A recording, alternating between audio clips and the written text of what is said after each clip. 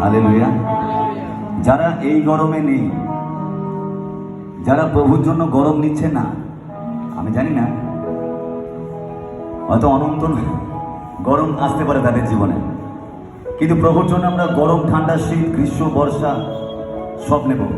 কারণ সাধু পৌল বলছে যে আমি অভাবে কি প্রাচুর্যে, তাই না, আমি রোগে কি শোকে, আমি আনন্দে কি দুঃখে, আমি আমার প্রভুর জন্য সব কিছু করতে পারি। তো আমরা জানি যে আজকে অনেক গরম, বাইরে লু বইছে, একটা স্টার্ক ওয়েদার চারিদিকে, কিন্তু ধন্যবাদ এটাই যে আমরা এই ওয়েদারে অন্য কাজ করে রোদে পুড়ে কষ্ট করছি না, ডিহাইড্রেট হচ্ছি না। আমরা প্রভুর জন্য যদি ডিহাইড্রেট হই, জিসাস বলছে I am the living water, আমি জীবন জল, আমি তোমাদের হাইড্রেশন দেবো। হালেলুয়া।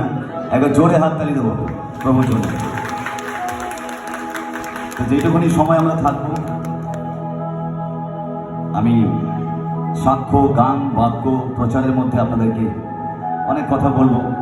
এবং আপনাদেরকে বলেছিলাম যারা কালকে বিশেষ করে এসেছিলেন, যে আজকে তৈরি হয়ে আসবেন, যে আজকে যেন আমরা একসঙ্গে ওয়েদারকে, প্রকৃতি যা করছে করুক, আমাদের দেখার দরকার নেই।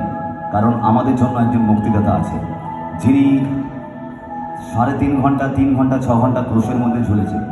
আমি জানি না সেই সময় তখনকার ওয়েদার কেমন ছিল ইসরায়েলে, ঠান্ডা ছিল কি গরম ছিল, উই ডোন্ট নো, আমরা জানি না, কিন্তু তিনি কষ্ট করেছেন।